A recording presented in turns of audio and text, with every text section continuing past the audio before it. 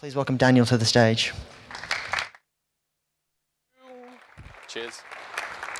And in Lily's defense, mathematics is crazy awesome because you can actually prove that although infinity is the biggest number you can imagine, you can prove that some infinities are bigger than others. So if you don't think that is fascinating, you are boring, not mathematics. It's great to be here. I'm very comfortable in the Powerhouse Museum. I feel very much at home. I used to work in a place like this back in my hometown of Perth, a science centre called SciTech.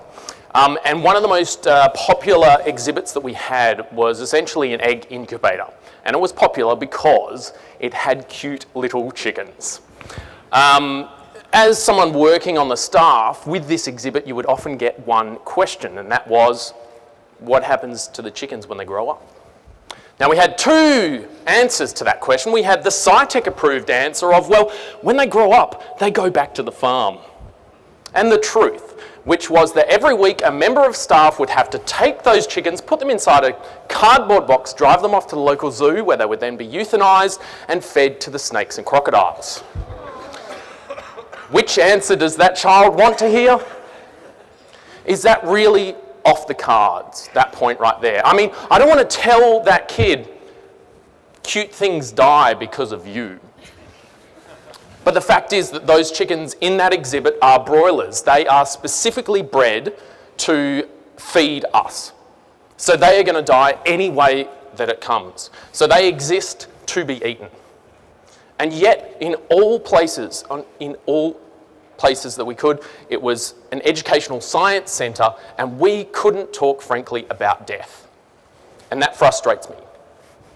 I want to talk about death. I want to convince you that death is something we need to talk about, and it's important to talk about. But not only that, it's also fascinating and it's very relevant. Because I've never understood our relationship to death. It confuses me. I'm attracted to things I don't understand, and I really don't understand the way we handle death. Take, for example, there's that moment when, back when I was a kid, my sister would tell me that our pet had just gone to sleep for a very long time, which does nothing to educate you about death and only makes you morbidly afraid of sleeping. Take that time when, in high school, you're watching a World War I film, and the only scene where people in the class cry, they're not the scenes where the actors are all being shot down by machine guns, they're the scenes when the cavalry arrives and a horse hits the deck like, oh my God, something happened to the horse. There's that time when I discovered that for 700 years, up until the middle of the 20th century, it was illegal to commit suicide in England, and yet not one living person served a jail sentence for that. I don't understand our relationship to death. And we need to talk about death because it's important. The way that we handle it doesn't make sense. And it's important to talk about death because we need to ask difficult questions. Our role as scientists is to ask those difficult questions, and as science journalists and communicators, we want to give those answers to those dangerous questions. Because science isn't just about trying to look at what's over the horizon, it's about trying to find out what's right in front of us that perhaps we don't want to see. And I would argue that in my role as a science communicator, I want to tell things that are relevant to people and that are very interesting as well. And I think death are both those things. It's probably easiest to convince you that death is relevant to talk about because, I challenge you to find a more relevant topic. Because every single person in this room will undergo an event